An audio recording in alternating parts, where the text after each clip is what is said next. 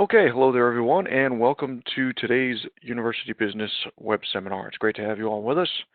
Thanks for joining us today. My name is Kurt Ozzy-Durley. I'm the web seminar editor here at UB, and I'll be your moderator.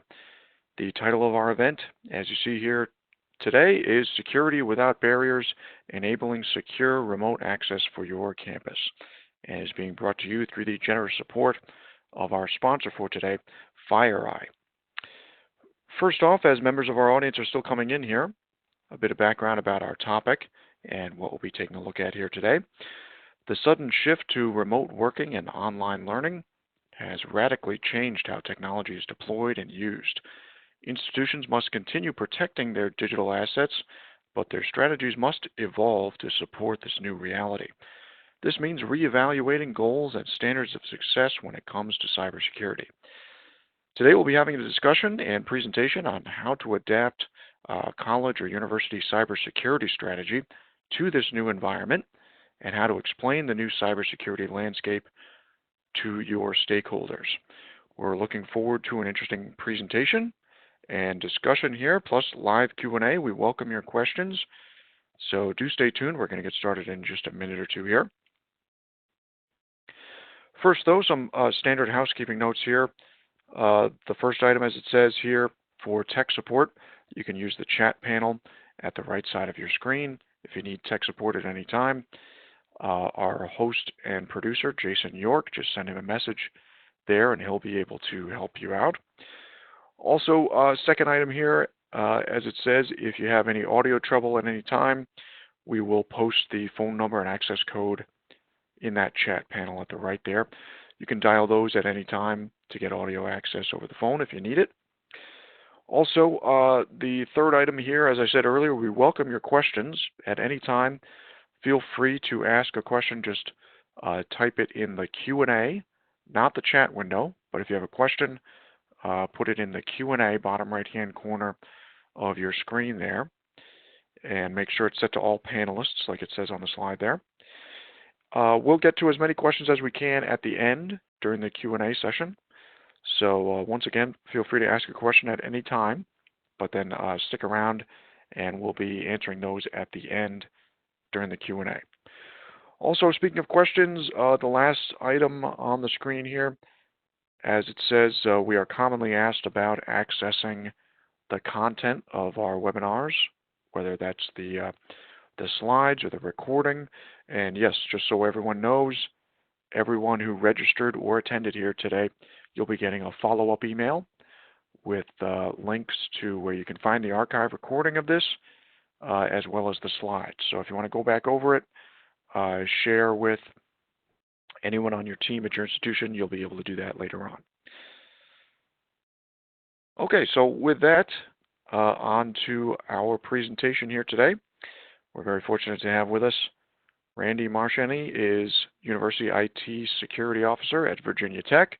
We're also joined by Christian Schreiber. He's Higher Education Cybersecurity Lead at FireEye. Chris Schreiber from FireEye is going to start us off here today with a high-level overview and talking about our topic here and more in depth into cybersecurity in this new environment. So with that, I'll turn it over to him. Chris, it's great to have you as always.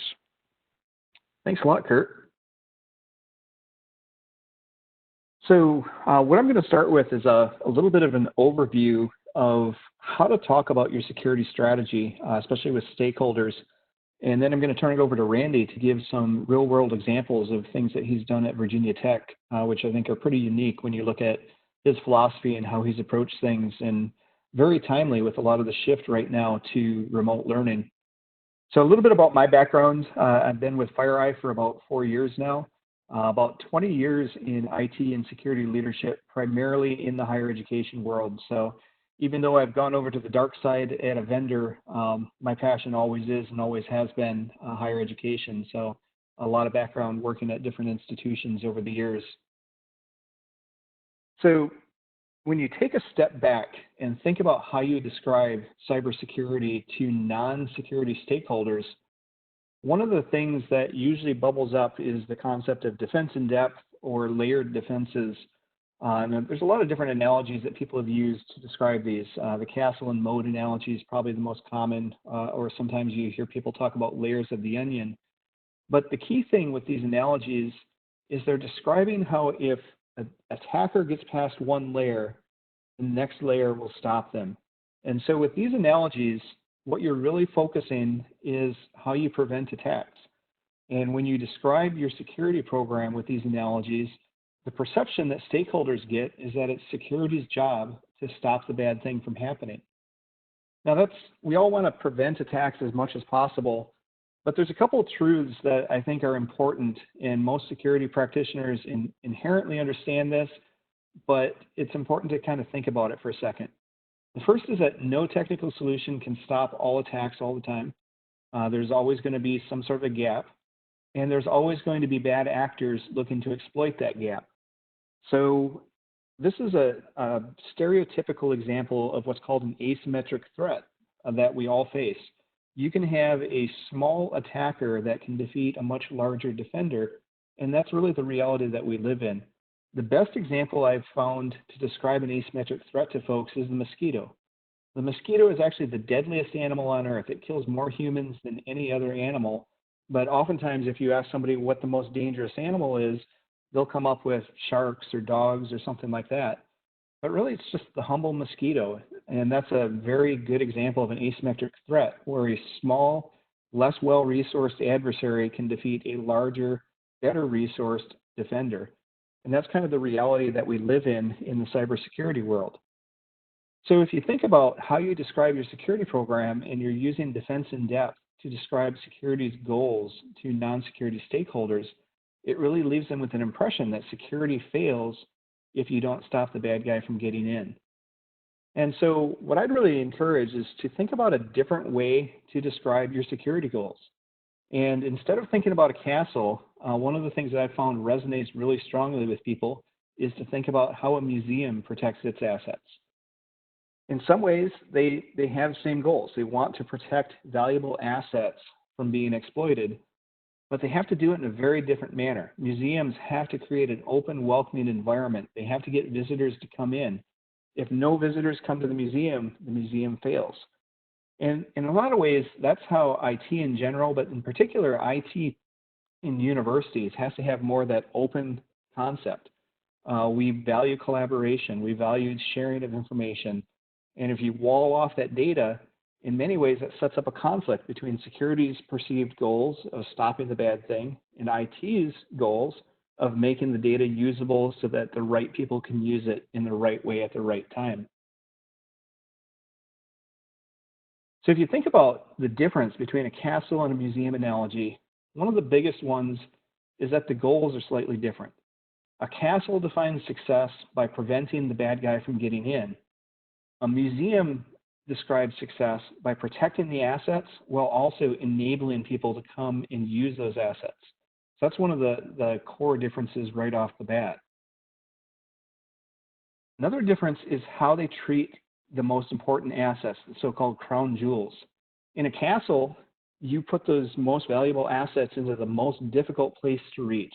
You're going to isolate them, make it harder for the attackers to get to those really important pieces of information. In a museum, when you walk in, you're going to see signs pointing the way towards their most valuable displays because that's what people want to come to see. They're highlighting and making it easier for visitors to reach those key assets.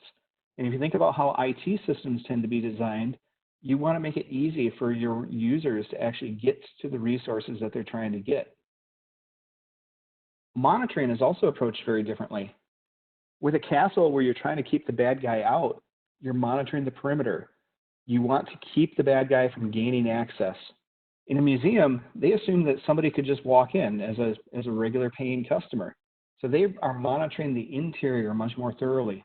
And their focus is preventing the exploitation of access rather than preventing people from gaining access. So it's a little bit different philosophy in terms of how they approach monitoring as well. And all these things really combine to build a concept of resilience. And so what we're going to walk through is how can you build a cyber program, kind of applying some of these lessons learned from a museum. One of the first things that you'll want is to make sure your stakeholders understand what you mean by cyber resilience. And really, I view this as a three-legged stool. First, you want to prevent. You want to stop as many bad things that you can from happening in the first place. And this is where a lot of security tools, some of the traditional security controls really come into play. But then you also want to mitigate. You want to reduce the damage, knowing that some attacks will get through those defenses. So how do you disrupt the attack and minimize the damage that the attacker can actually cause, knowing that you can never have 100% prevention success? And the third is you need to sustain. Oftentimes, security teams will get a surge in funding immediately after a bad thing happens. But to really protect your organization and to do a resilient philosophy around your strategy, you want to make sure that you can sustain the controls that you put in. So how do you make better use of your resources? How do you make sure that you're getting the most out of them? So really those three things kind of combine to create cyber resilience: prevent, mitigate, and sustain.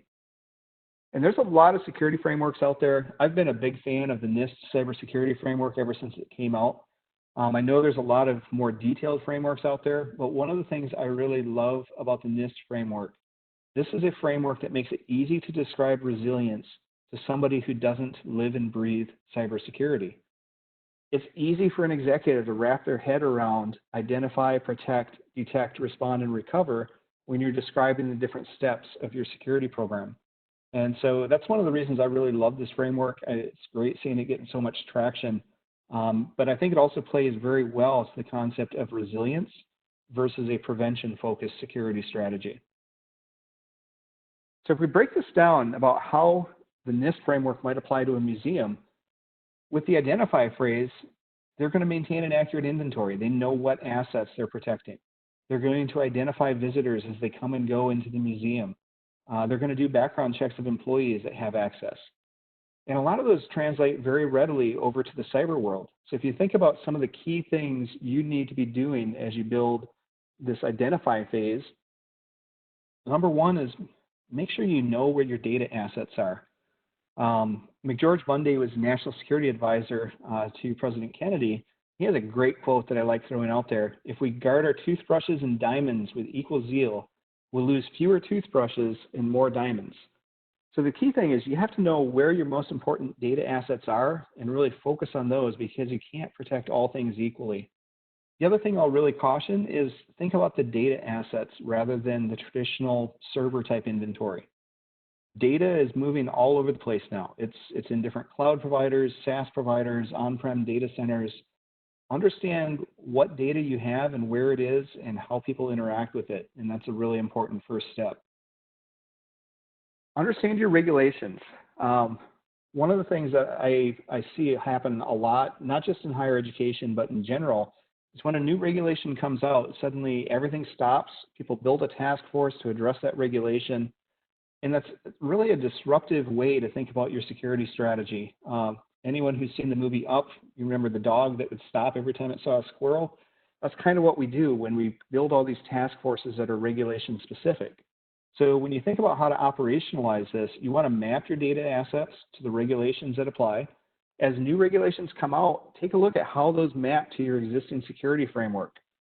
So tweak your strategy. Don't create a whole new strategy every time you have a new regulation to deal with. With cloud adoption, and people are getting better about this, but I still like to reinforce it every time I have a chance to talk to an audience. Understand your responsibilities versus the cloud provider's responsibilities. Microsoft and Amazon both have different models that they publish about shared responsibility, but the key thing to understand is where your responsibility starts, both from the day-to-day activities, but also keep in mind that you're ultimately responsible for the data itself. You're the custodian of that sensitive information, and so tying that data to a third party doesn't remove your responsibility as that data custodian. And the best way to think about this, the cloud providers are really providing the security that would be around a physical data center for the most part. And then you're responsible for configuring all the things that go into that data center. And that's probably the simplest way to break down all the shared responsibility models. So moving on to the protection stage, if you think about how a museum protects their assets, They might put additional barriers around high-risk assets. So if you see here, there's the Mona Lisa, and it has a physical wooden barrier to keep people back, as well as bulletproof glass in front of the painting itself. So you might need to put some additional barriers, even though you want to have a welcoming environment to draw people in, you do have to protect high-risk assets as well. You might look at limiting flow of visitors to different exhibits or maintaining checkpoints. So if you think about how that translates into protection inside your cyber realm, one of the most important things that I really emphasize, especially when I'm talking to non-security leaders, security really does need to be everyone's responsibility. And I know that's kind of a cliche phrase, but if you look at this picture here, this is a construction site. And there's a sign on the gate saying hard hats have to be on, safety boots, safety vests. Everybody who steps foot into that site has to follow those requirements, whether they're the owner of the company, maybe the owner of the new property being built, down to a brand new entry-level laborer. Everyone has to follow that, and they all have a responsibility to ensure safety. It's the same with cybersecurity. You can't just delegate cybersecurity to the security team. Everyone has to do their part at the same time. From a training perspective, I think it's important that you have training that's tailored to all levels of your organization. So if you look here, we have a watch with lots of different gears that fit together. The goal of the watch is to tell time, but every one of those unique pieces has a different function to do that. So when you think about your cybersecurity training, you really need to tailor it. You're going to have a different conversation with executives than you are with a general user. Maybe somebody in recruiting or human resources needs special training because they're handling PII. And then IT workers might need some specialized training about how the IT environment and their specific responsibilities in ensuring security. So don't use a one-size-fits-all with your training. Make sure you tailor it to the different personas because you're going to want to have training that resonates with each of those different roles. This one's not sexy. Maintain your technology, good hygiene. So patch, make sure you're using supported operating systems as much as possible, having comprehensive malware prevention. I'm going to kind of gloss over that one because I think we all kind of understand that one.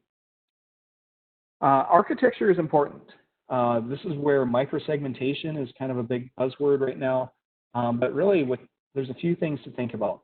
First is separate what's truly public from what should be internal, and make sure that you're putting risk-based segmentation about inside your environment so that if something does get compromised, it's harder for the bad guy to get to other adjacent resources. And similarly, take a look at your role-based data segregation. So this is the authorization within your authentication environment. Make sure that people don't have too much access. If a set of credentials gets compromised and they can open everything, the attacker can get to a lot more information. Multi-factor, my piece of advice there, use it everywhere and always. The schools that have successfully deployed multi-factor authentication across their whole population have seen, number one, a drop in how often their help desks actually have to deal with password issues. But number two, they're way less attractive to an attacker because the attacker knows they're going to have to work harder to actually get value out of stealing those credentials. So again, just multi-factor everywhere and always. I know it's not always a popular sentiment, but you can definitely find examples in the higher education world where they have done this successfully and seen great benefits from doing it. On the detection phase, if you think about how a museum approaches this, they have pervasive monitoring. They have cameras and motion sensors all over the place. They have guards to watch activity. And we need to be thinking the same way when we think about our cyber. You want to implement protection and detection tools at all your trust boundaries. So as you implement segmentation where you're separating different risks of assets from each other, make sure you have good visibility at each of those boundaries where that touches a different profile. So you want to cover all the attack vectors as well. So make sure that you have coverage for network, email, endpoint, and cloud. A lot of times people will focus on one or two of these. It really does need to be cohesive because attackers don't limit themselves to a single vector. You really need to have that consolidated visibility. That kind of leads right to this next one.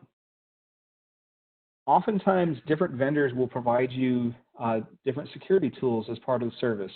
Most of the cloud providers have a security stack that they provide. You probably have other things that you've been doing for years on your network to monitor flow and things like that. But to really protect your whole enterprise, you need to pull it together into one place. So you want to avoid having silos where you have a security pocket here and a security pocket there, and you can't easily correlate if one of your monitoring tools sees something and tie it over to your other tool. So take a look at your network and your traditional data center controls, your cloud provider logs, authentication logs, and the logs from all your security tools, and make sure that you're pulling them together in a way that you're getting good consolidated visibility across your whole environment. And also, as you're collecting those logs, make sure you're taking care of the availability and integrity of those logs. We have seen a lot of examples where attackers will try to wipe logs because they know that if they can remove the logs, they're also removing the evidence of what they did, how far they got. So make sure you're protecting those logs as well.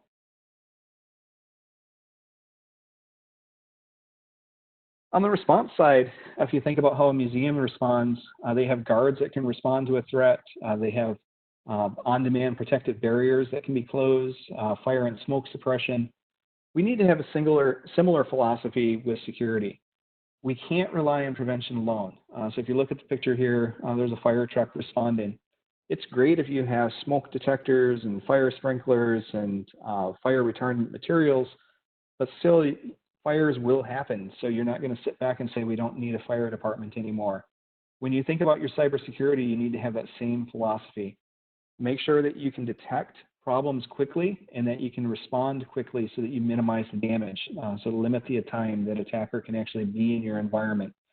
The other big thing I stress with people is make sure that you practice regularly. Tabletop exercises and other types of things where you're pulling together technical and non-technical resources who have to work together during a breach. That's really important as well. And then finally, in the recover stage, museums will use things like insurance, leveraging law enforcement, tracking mechanisms to actually recover when something does happen. We have to do the same thing on the cyber side. And the biggest thing I stress here is engage your leadership before you're in the moment of crisis. Have these conversations proactively. Take a look at cyber insurance. Does it make sense? Make sure you understand what's actually covered by your policy. I also highly recommend that you have proactive incident response retainers in place. You don't want to be, when you have to reach the point that you reach out for assistance, you don't want to delay by days or weeks as you go through legal T's and C's and procurement. Having a proactive retainer in place means you can pick up the phone, get help as you need it quickly. And then also make sure that your response team is properly trained. Don't neglect their training so that they have the latest information, the latest tools, so that they can respond most effectively. And the other thing, take a look at your business continuity and disaster recovery plans. This is something where I think a lot of organizations got a little bit lax over the last few years. Oftentimes when you're facing something like ransomware, people find out that they don't have good recovery capabilities. So take a look at it, make sure you test it regularly, that you know that it's working properly. And then finally, you have to report metrics to stakeholders so that you can show where you are, where you've been. One of the things that I always caution people is make sure you're providing answers that non-security stakeholders care about. So the analogy here, you see raindrops hitting a roof. If you're a homeowner, you don't care how many raindrops your roof stopped. You care if there's a leak, how quickly you were able to detect it, how much damage occurred. We need to think about our security metrics in the same way, saying things like we blocked 5 billion attacks yesterday. That sounds impressive, but really it's just noise to a lot of stakeholders. The other thing is there are some third-party benchmarking services out there that you can use to actually compare yourself to similar institutions. And finally, this is a marathon. I think you need to define success as being better than you were yesterday rather than having some finite goal that you're working at. It really needs to be a continuous improvement mindset. Versus a finish line where you can say security will be done if we can just finish this project here. And with that, I'll turn it over to Randy to talk a little bit about how Virginia Tech approaches these. Thanks. I always want to say that when I first talked to Chris about this approach with the museum things a couple of years ago, it was just like the Monty Python fish slapping you in the face. You just kind of went, oh my God, that's exactly the model that we have to worry about here.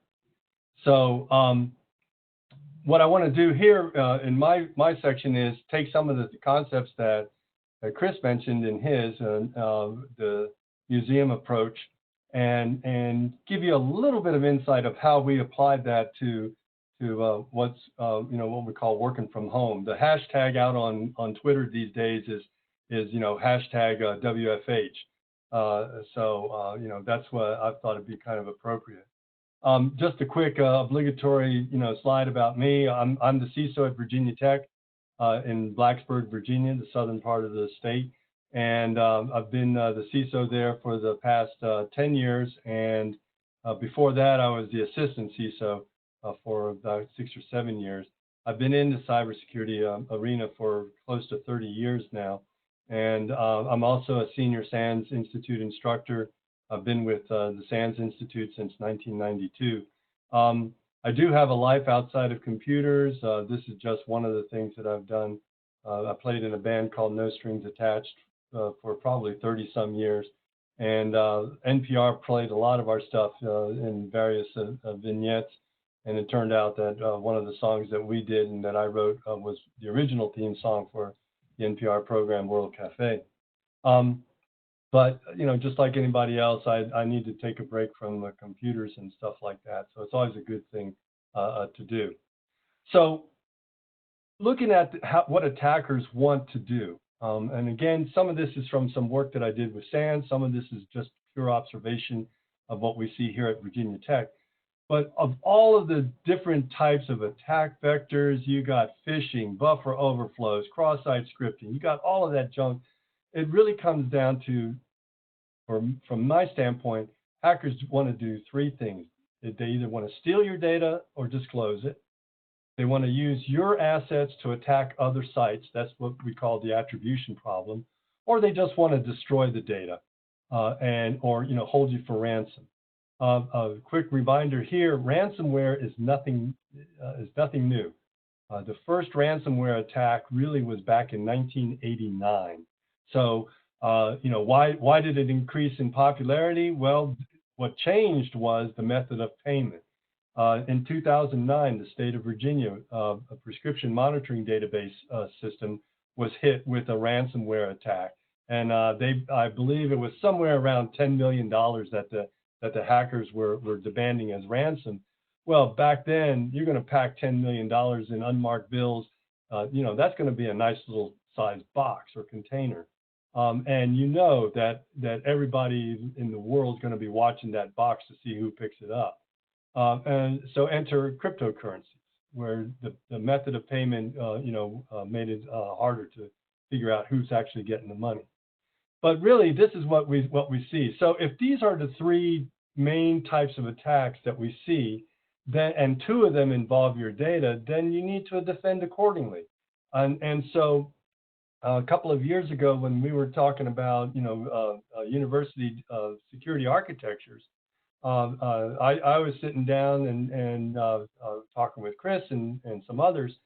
And people always say, oh, you're in a university, you don't understand the real world problems and all that type of stuff. My counterparts in the corporate world would always tease me about that.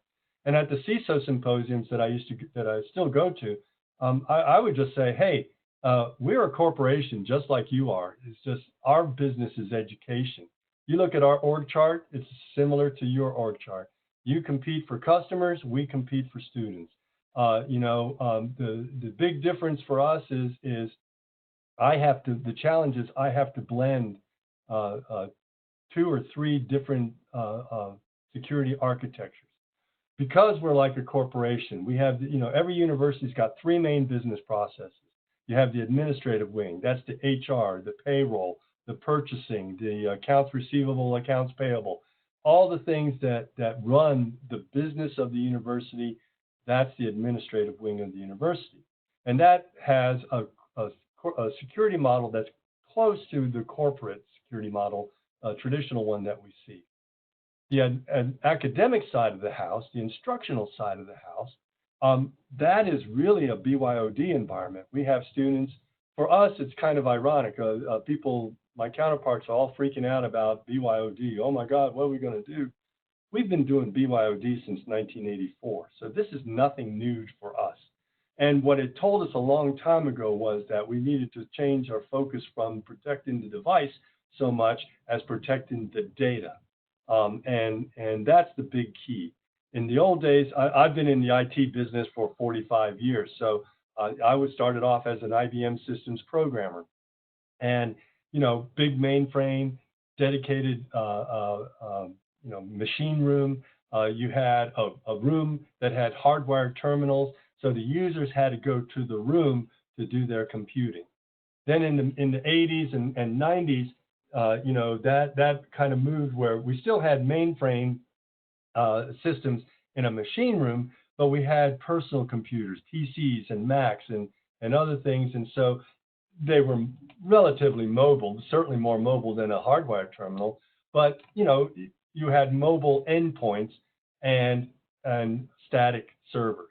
And nowadays with cloud, everything is mobile. We have no idea physically where some of our data is. We just know it's out in the cloud. It's in an Amazon cloud. It's in a Dropbox cloud, Google cloud, Azure cloud. We just know it's that. But physically, where is it? We don't really know. And with more and more mobile devices, as they're getting easier for people to carry around, we have that. So we've got mobile devices, mobile endpoints, and that's what started leading me to, I guess nowadays the new buzzword is Zero Trust networks. When we designed our network, we connected to the internet back in 1980 or so. And when we designed the internet, our connections back then, we assumed that the network was hostile. We assumed that the hackers were already inside our network because, as Chris mentioned, we have to be collaborative. We're a university. We exchange information back and forth. And pen testing an open network, ooh, wow, that's a big challenge, isn't it? So, so we always assumed that they were inside. And if you think about it, how does, if you look at these goals, attackers, right? I break into a system, I have to phone home to let me know that, hey, my attack was successful. And then I can do one of these three things. So in the sense, what I wanted to do years ago, and I was very fortunate that our IT guys, a brilliant bunch of people there, we all agreed that, if we look at outbound traffic, we realize that the network's hostile, we realize that they're already in. So they're already in our network. So, but if they want to get our stuff out, it's outbound traffic. So why not look at outbound traffic more than inbound traffic? We certainly want to keep track of inbound traffic, but outbound is really what's going to drive it for us. This is just a very quick thing when we talk about targets. This is from the SANS Institute down at the lower right-hand corner. You can download this poster and print it off. But basically, these are the vectors that attackers are after. And these are the vectors that you would need to worry about, regardless of whether you're accessing your company assets from your office or from your home. More specifically from your home, because we probably don't pay attention to it. You've got multiple people using your machine. But I wanted to put this out here just to kind of let you see the different types of vectors that hackers can use to try and get to your data. And again, you can download this. The URL there is down in the lower right-hand corner of the slide. I also like to mention that when with your mobile apps, you're giving away a lot more information than you think you are. This is from Snapchat, and I always like to use this one with the college students because I said this is what you agreed to do, and you can sort of see, use the contact information, use one or more photos or files or media files on your device. Certainly, you need to use the camera and the microphone and your Wi-Fi connection information, your Bluetooth connection information. Use one or more of the accounts that are on your device, and it's really kind of interesting to see the look on people's faces when you show them a screen like this, because you go, this is what you agreed to, and when you ask the question, did you really read the terms and conditions? Almost always they kind of go head down and go, oh no, I really didn't pay attention. But this is something that we also have to worry about. You may have already done this on your home computer, so you need to make sure you've got this right. So what happened with us?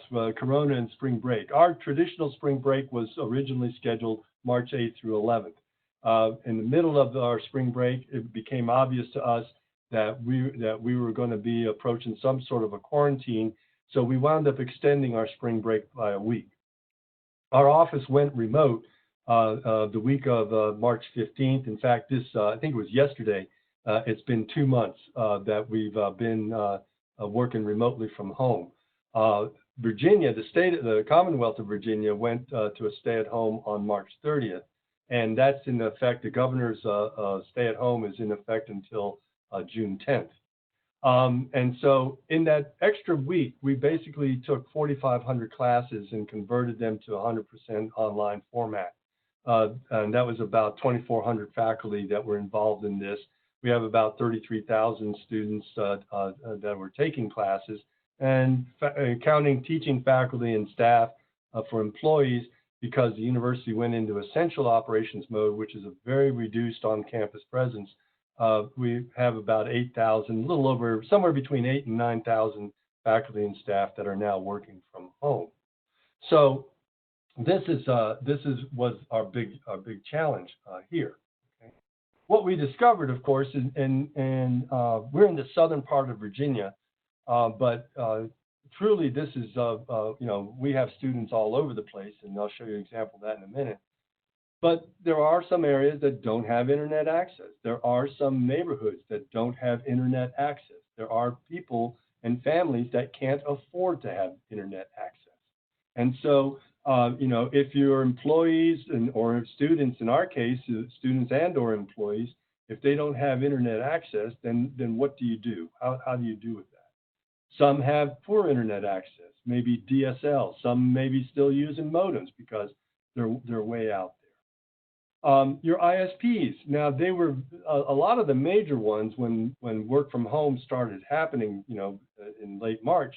A lot of them said, "Hey, we're going to waive our charge structure for data usage," but you're on a certain plan, you use X amount of gigabytes or whatever a month, and if you exceed that, then you start getting charged a lot of money. And so that's something that you need to consider, that. How are you going to address that situation? Certainly, you may be using a lot more of the net bandwidth for work than you did from home. As an example, for us, one way that we address the no internet or poor internet issue is a number of our commuter parking lots on campus were already set up to do wireless internet access. So you literally could drive into the parking lot and connect to our network with your credentials. Of course, it's not an open free thing, but that's certainly one of the ways that we try to provide internet access to those faculty, staff, and students that have either poor or no net access. And that's something that you need to consider, is how do you do that? Maybe you extend wireless access to the parking lots at your organization, and so your employees go in and they park in the lot and connect to the net that way. But however you do it. My little editorial comment down there at the bottom, I think that what we've shown with this quarantine over the past 30, 60 to 90 days is we've shown that the net has become a utility. It really has become something that is vital for a lot of us to do our work. Okay? So that's one thing that we discovered right away. Your work computer, if your company gives it to you, does your work computer become your home computer? And hopefully not. Work from home is nothing new. Out of my staff, I have 7 in my staff full time, and two of the 7 staff were already teleworking. One from 2 hours southwest of us, and one from 2 hours southeast of us. So we already had a couple of our staff that were already doing 100% work from home. So dealing with it really is not a big issue, but certainly the number of work from home computers has increased, which has shifted the bandwidth load away from the corporate networks to the home ISP networks. And that's why I mentioned about the charge rating structure for, how much data plan, how big your data plans are for wireless access. But some things that you need to ask yourself, and a lot of companies and some educational institutions, you're tied into Microsoft Active Directory. You're tied into Duo, for instance, authentication. Your software licensing may be tied into your organization's network, IP address ranges, virtual private networks, VPNs. Will these types of things, what type of issues do you have if you're now accessing these resources from an external IP address? You can say, sure, yeah, we just require everybody to VPN in, but that means you have to double or triple maybe your existing VPN capacity. So these are just some things that we wound up addressing. So let me dive into some geek speak for a minute. I know a number of institutions, educational and corporate, they like to scan their endpoints on a regular basis. If you're doing that with a work-issued computer from home, the home ISP may wind up blocking those scans. Some ISPs don't like have blocks to detect people from to prevent people from scanning them. So you may run into that. Maybe a typical thing is that if you detect somebody abusing your network inside your corporate network, you can just go to your networking group and kick them off the net so they can't connect to your network. Can you do that if it's an ISP, if it's an IP address that's not in your range? Okay. So what type of network visibility do you have now to monitor that inbound, outbound traffic model that I was talking about? You probably don't have a lot unless you do require a VPN. And as Chris was saying about the logs, what type of logs do you need to collect? Maybe the focus now is you need more endpoint logs to collect in this new work from home environment. So as I mentioned, for us, we already had 2 of the 7 were already teleworking, and 5 of us switched over. We do Zoom. We use Zoom. We have work meetings, the usual staff meetings and things like that, one-on-ones to take the place of somebody walking into the office. And let me tell you, that's a really hard thing to do. You can sort of do one-on-ones where people come into your office and talk, but doing one-on-ones, all of a sudden now, sometimes you can't have a discussion in parallel. You're serialized, and now you're in what I call Zoom hell, where you're in 5 or 6 hours straight of sitting in Zooms. The good thing is we do a Zoom happy hour at 5 o'clock once a week, and we get together and hold a beer or your favorite beverage and sip on that while we just catch up and find out how everybody's doing. In terms of our monitoring systems, it really didn't change how we approach it because we were doing a lot of this stuff over the network anyway. And so, this endpoint visibility is still a challenge for us. A lot of it is not as bad as I thought it would be, but still, knowing which ISPs to deal with, which address ranges are coming in, things like that. And, we're slowly getting a handle on that. Just to give you an example, this is one of the logs that we collect. We use Canvas as our course management system. And all we're doing here is geolocating where, as soon as we went to, we basically went into stay at home. Like I said, the last couple of weeks of March, a lot of students, we normally have 10,000 students that live on campus roughly. And as of last week, we had 500 that stayed. The rest of them all either went home, or someplace else away from town. We wound up having somewhere around 9,000 students who lived off campus. Some of them stayed in their apartments here in town. Some went home. But what I'm showing you here in this simple plot, the yellow dots that you see represent the locations of where students are logging into our course management system. Any university in the country, we have students from all over the place. And this is just the U.S. sites. I didn't expand it out to the world site. So we have a lot of stuff. The line graphs that you see at the top, that's just kind of showing by city within Virginia, as we progress from midnight through, I think it's like when I took a shot, noontime. So again, you've got people coming from all over the place. Do you have this type of visibility to at least say, this is where our workforce is coming in from? So if you didn't get a work issued computer, then basically your home computer becomes your work computer. And if that's the case, then you're going to have to impose your office's security requirements on your home computer.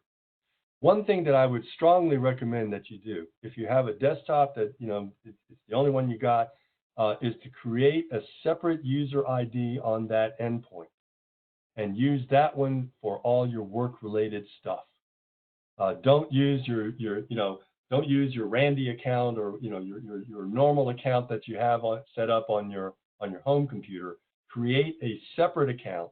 When you do any work-related stuff, you have transferring files back and forth, you're using your browsers, your VPN, whatever, you do it from that user ID.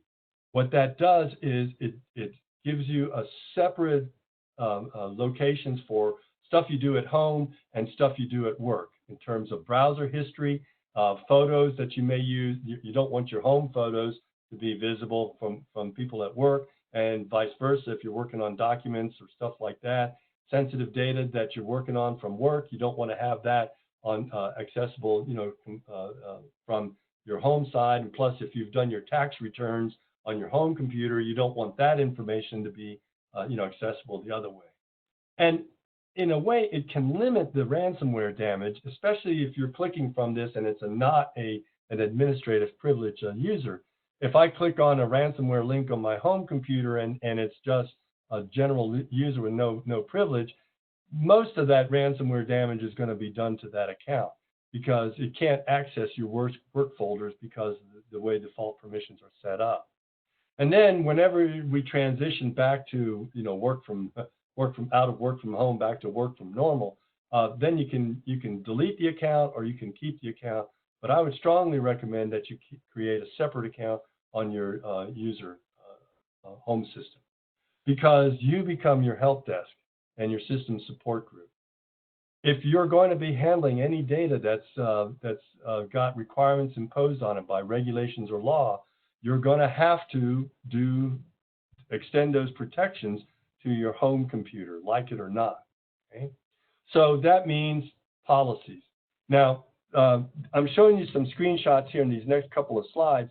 The links to these sites are in the annotations section of the PDF that you'll be able to download from this presentation. So you can view the annotations and you'll see the links to these websites here. But this is our policy structure that you see here. We have one for devices that connect to our network.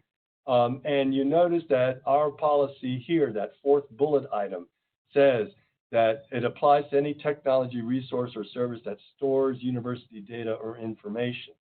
So right away, that's what puts now your home computer in scope if you're using it to store university data or information. And that's why I say create that separate ID to help you address that issue.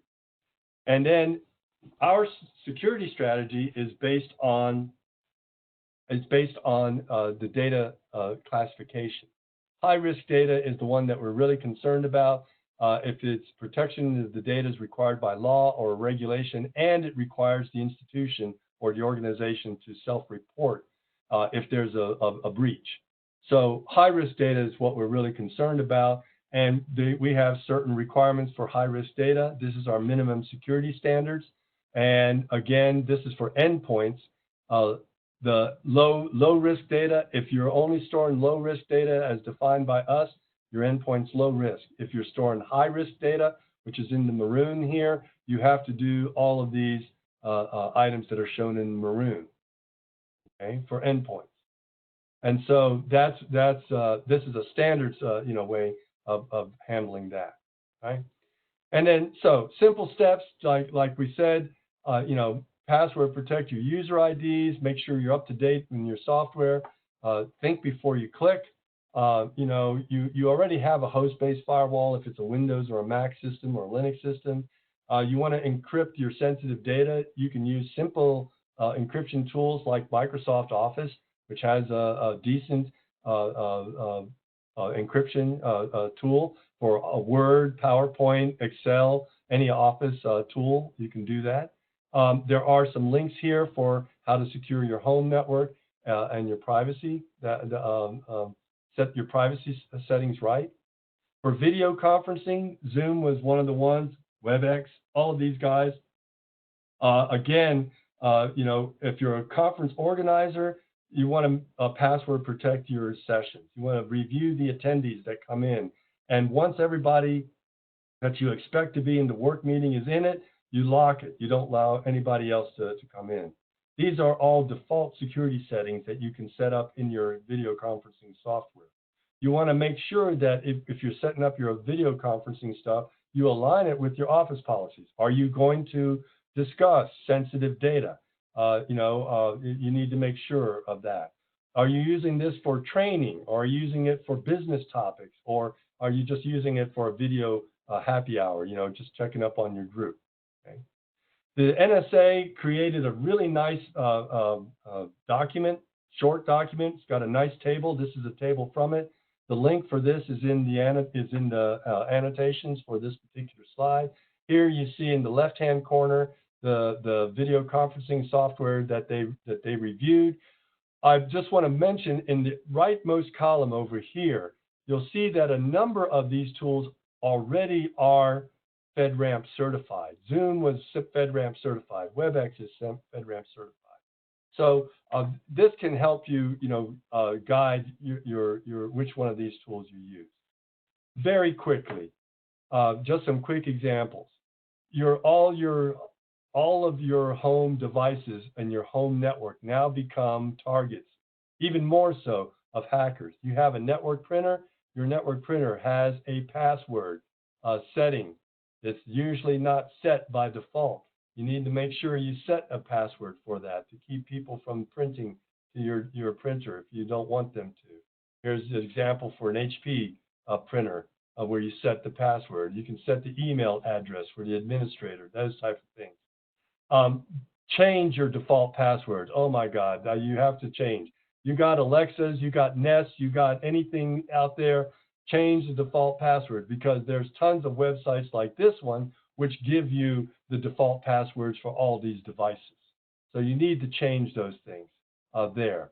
You're going, Shodan maps out all of the Internet of Things devices in a network. You need to be aware of tools like this for your home network.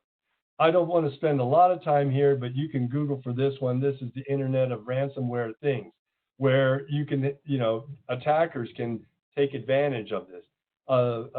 A major ISP in New England, I think 2 or 3 years ago, was crippled by a massive DDoS attack that was originating from smart bulbs and surveillance cameras, where people did not set the default passwords for those devices. You look at email phishes. Be careful when you click on something. This is a screen scrape of a Google email thing, but you look at that URL, that's an Australian site. And I can tell you, that ain't Google, that's not Virginia Tech. Okay?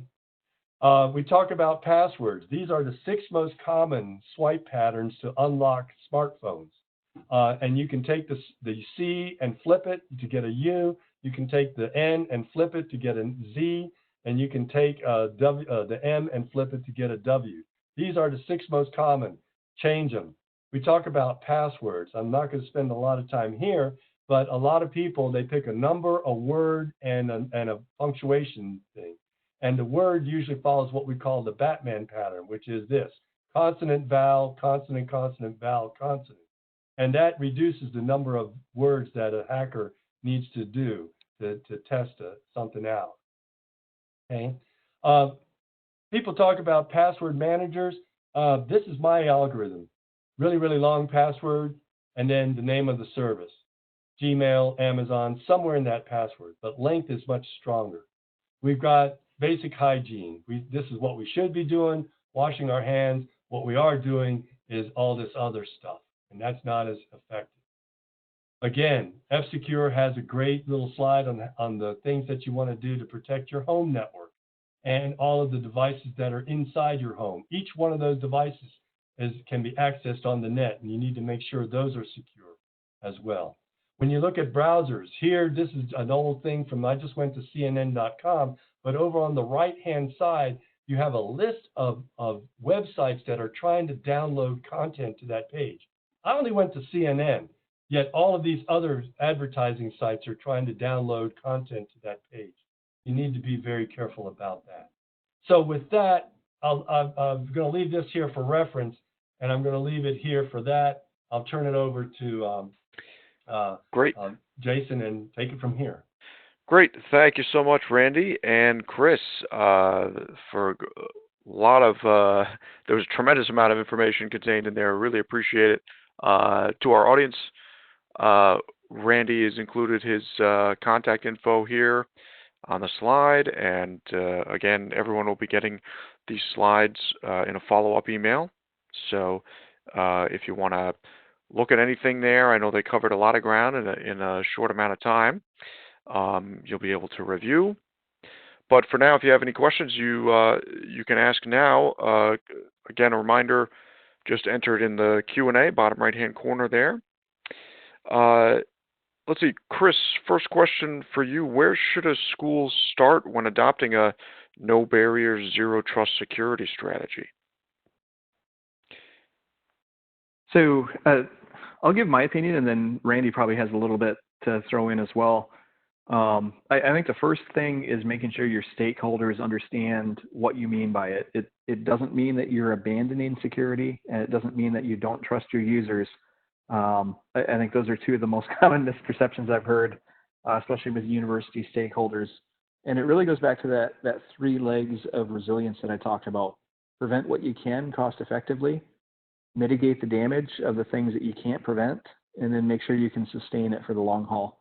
And definitely making sure stakeholder buy-in is in place as you started is very important as well. I would agree entirely with what Chris said. We presented this type of museum security model all the way up to our board. Okay. Great. Makes a lot of sense. Thank you. Let's see, next question. What are some of the key indicators of success that I can share with my leadership? Chris, I think you referenced some things in there when you talk about how you measure success. Is it just that no attacks are getting through, or what are those indicators? So I think there's a couple ways you can approach it. One is taking a look at how you're measuring detection to resolution time, so that dwell time of attackers in your environment is one of the things that you can use to measure, are we improving, are we detecting things faster? The other one that I like, especially in higher education, where you already have a formal list of peers from your accreditation bodies, there are several benchmarking services out there, and I'm not going to name any names on here, but feel free to reach out. But you can fairly inexpensively benchmark yourself against public information from your peers and get an idea of how you stack up. And again, you can trend that over time. So those are a couple of approaches, and then a lot of it will just depend on specific projects that you're implementing as well. Sure, absolutely. Thank you so much. Well, it looks like we're just about at the top of the hour here. I just want to be respectful of everybody's time and wrap things up. On behalf of all of us here at University Business, thanks so much to our speakers here today, Randy and Chris. Thank you both so much for sharing your time and expertise with us. And thank you to our sponsor, once again, FireEye, for their sponsorship of our webinar. And to everyone in our audience, thank you so much for joining us. I do hope you found our presentation useful and informative to you. Producing events like this one is just part of our mission here at UB to inform college and university leaders like you about the latest news and trends in higher ed management. You'll find more coverage about issues such as the ones we discussed here in the pages of our print magazine, as well as our digital edition and website, through additional web seminars like this one, and in our various e-newsletters, which include UB Daily, among others, which you can sign up for right on our website. And as I mentioned before, just to mention again, for those of you who would like to go over the content of the presentation at your own pace, or if you want to share with anyone on your team, we will make the archive recording available on our website at the URL on your screen here. And everyone will also be receiving a follow-up email with links to the slides as well as where the archive recording will be. So keep an eye out for that. You'll be able to access that later on. So that is it for today's webinar. Thanks so much for joining us. Once again, I'm Kurt Eisler-Durley for everyone here at UB Magazine. Goodbye, everyone, and enjoy the rest of your day. Thanks so much for joining us today.